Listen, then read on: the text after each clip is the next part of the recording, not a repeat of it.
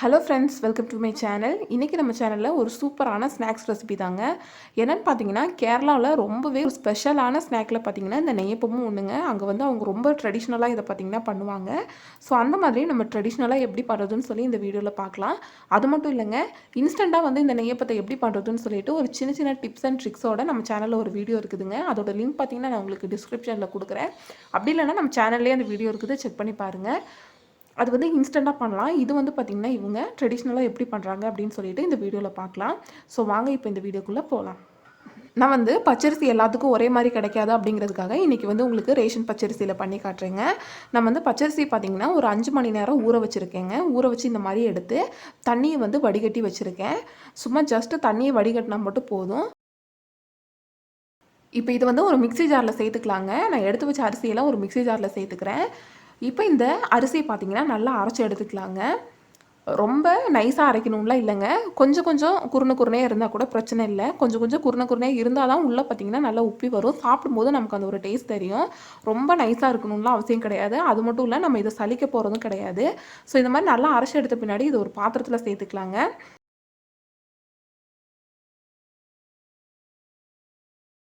நான் இந்த பாத்திரத்தில் சேர்த்துட்டேன். இப்போ இதில் பார்த்திங்கன்னா 6 டேபிள் ஸ்பூன் அளவுக்கு நான் மைதா மாவு சேர்த்துக்கிறேங்க.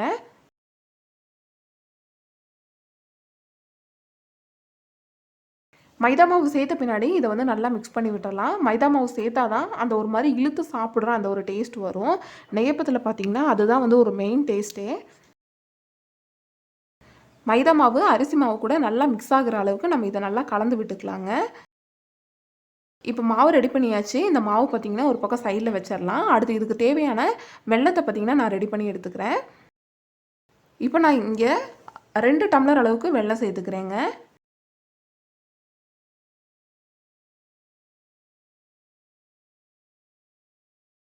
இந்த மாதிரி வெல்லம் சேர்த்த பின்னாடி இதில் 1 டம்ளர் அளவுக்கு தண்ணி சேர்த்துக்கிறேன். தண்ணி சேர்த்து இந்த வெல்லத்தை பார்த்திங்கன்னா நல்லா நம்ம கரைச்சி எடுத்துக்கலாம். அடுப்பு பற்ற வச்சாச்சு. இப்போ வந்து இதை நல்லா கரைச்சி எடுத்துக்கலாம். பாருங்கள், வெல்லம் இந்த மாதிரி நல்லா கரைஞ்சி கொதிச்சு வர ஆரம்பிச்சிருச்சு. இதுக்கு பாகுபதம் அந்த மாதிரிலாம் எதுவுமே தேவையில்லைங்க. ஜஸ்ட் இந்த மாதிரி வெல்லம் கரைஞ்சி ஒரு கொதி இந்த மாதிரி கொதிச்சிச்சுன்னா போதும். ஒரு நிமிஷம் இந்த மாதிரி நல்லா இதை கொதிக்க விட்டுட்டு அடுப்பை வந்து ஆஃப் பண்ணிக்கோங்க. இந்த பதமே பார்த்திங்கன்னா கரெக்டாக இருக்கும். பாருங்கள், இந்த சக்கரை பாகு பார்த்திங்கன்னா தண்ணி மாதிரி தான் இருக்கும். இப்போ இது கொஞ்சம் ஆறட்டும். ஆறுறதுக்காக சைடில் வச்சுட்டேன். இப்போ அடுத்து நம்ம இதில் தேவையான தேங்காய் வந்து பார்த்திங்கன்னா நல்லா இந்த நெய்யில் வறுத்து எடுத்துக்கலாங்க. அதுக்காக பார்த்திங்கன்னா ஒரு சின்ன பேனில் ஒரு 3 ஸ்பூன் அளவுக்கு நெய் சேர்த்துருக்கேன். இப்போ இதில் நான் குட்டி குட்டியாக கட் பண்ணி வச்ச தேங்காய் பார்த்திங்கன்னா சேர்த்துக்கிறேங்க. ஒரு 4 டேபிள் ஸ்பூன் அளவுக்கு தேங்காய் பார்த்திங்கன்னா நான் சேர்த்துருக்கேன். இப்போ இந்த தேங்காவை பார்த்திங்கன்னா நல்லா வறுத்து எடுத்துக்கலாங்க. இந்த நெய்யிலே பார்த்திங்கன்னா இந்த தேங்காய் வறுக்கும்போது அந்த ஒரு ஃப்ளேவர் வரும் பாருங்கள், அந்த ஒரு வாசம் அது அவ்வளோ சூப்பராக இருக்கும். அது மட்டும் இல்லாமல் இந்த நெய்யப்பம் சாப்பிடும்போது இது இடையில கடித்து சாப்பிடும்போதே இருக்கும்போது ரொம்பவே டேஸ்ட்டாக இருக்கும். அதுக்காக தான் பார்த்திங்கன்னா இந்த தேங்காய் சேர்த்துக்கிறோம்.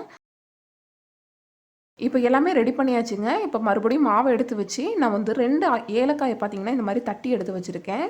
இப்போ மாவில் சேர்த்த பின்னாடி ஒரு தடவை மிக்ஸ் பண்ணி விட்டுட்டு இதில் பார்த்திங்கன்னா ஒரு 3 ஸ்பூன் அளவுக்கு கருப்பு எள்ளு பார்த்திங்கன்னா எடுத்து வச்சுருக்கேன். இப்போ இதையும் இதில் சேர்த்துடலாம். சேர்த்து பார்த்திங்கன்னா நல்லா மிக்ஸ் பண்ணி விட்டுக்கலாங்க. கருப்பு எள்ளு அங்கங்கே இருக்கும்போது பார்க்குறதுக்கு ரொம்பவே அழகாக இருக்குங்க. இப்போ இதில் நம்ம வறுத்து வச்ச இந்த தேங்காயும் சேர்த்துக்கலாம். அந்த நெய்யோடையே எடுத்து சேர்த்துக்கோங்க. சேர்த்து ஒரு தடவை நல்லா மிக்ஸ் பண்ணி விட்டுக்கலாம்.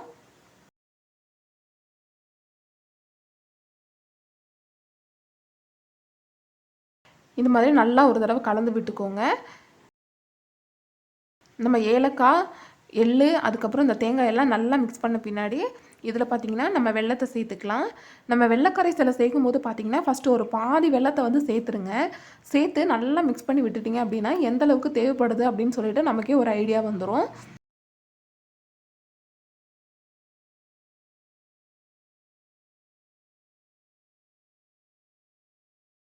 ஸோ நம்ம வந்து கரெக்டாக தான் காய்ச்சி எடுத்துருக்கோம். பாதி வெல்லத்தை சேர்க்கும்போது பார்த்திங்கன்னா இந்த கன்சிஸ்டன்சி வந்துருச்சு. இப்போ நான் மீதி இருக்கிறதுல பாதி அளவுக்கு வெல்லத்தை மட்டும் சேர்க்குறேங்க. சேர்த்து நல்லா மிக்ஸ் பண்ணி விட்டுக்கலாம். மீதி இந்த வெல்லத்தை பத்திரமா எடுத்து வைங்க, நமக்கு தேவைப்படும். பாருங்கள், இப்போ மிச்சம் இருக்கிற இந்த பாதி வெல்லத்தை சேர்த்துட்டு ஒரு தடவை நல்லா கலந்து விட்டுக்கலாங்க. இந்த மாதிரி விஸ்க் வச்சுருந்தீங்கன்னா ரொம்பவே ஈஸியாக இருக்கும் கலந்து விடுறதுக்கு.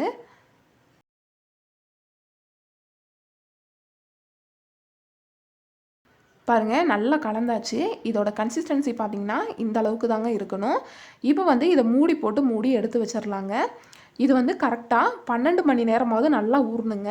இப்போ நைட்டு பண்ணி வச்சிங்கன்னா காலையில் வரைக்கும் ஊறணும். காலையில் பண்ணி வச்சிங்கன்னா சாயங்காலம் வரைக்கும் ஊறணுங்க. மினிமம் வந்து 12 மணி நேரம், மேக்ஸிமம் நீங்கள் 24 மணி நேரம் வரைக்கும் கூட வச்சுருக்கலாங்க. பார்த்தீங்கன்னா இப்போ ஒரு 15 மணி நேரம் ஆச்சுங்க. இப்போ எடுத்து பார்க்குறேன், மாவு பாருங்கள் இந்த அளவுக்கு ரெடி ஆயிடுச்சு.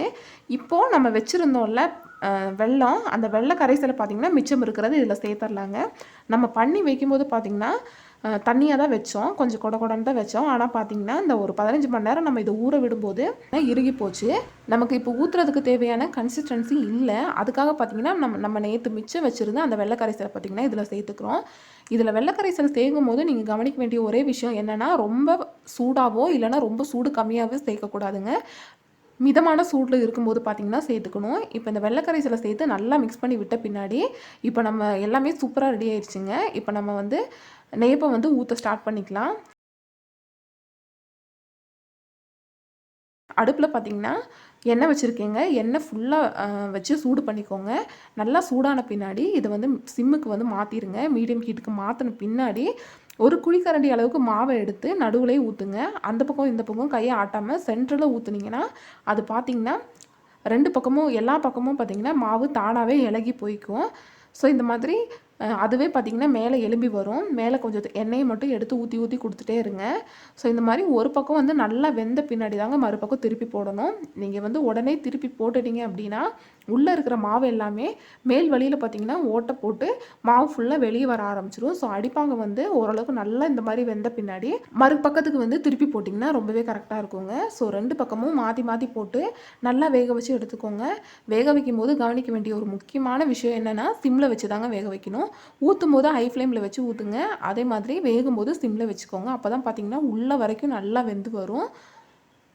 ஸோ கேரளாவில் வந்து ரொம்பவே ட்ரெடிஷ்னலாக ரொம்பவே ஒரு சூப்பரான டிஷ்ஷுங்க இது. அவங்க வந்து ரொம்ப விரும்பி சாப்பிட்ற ஒரு ரெசிபி இது.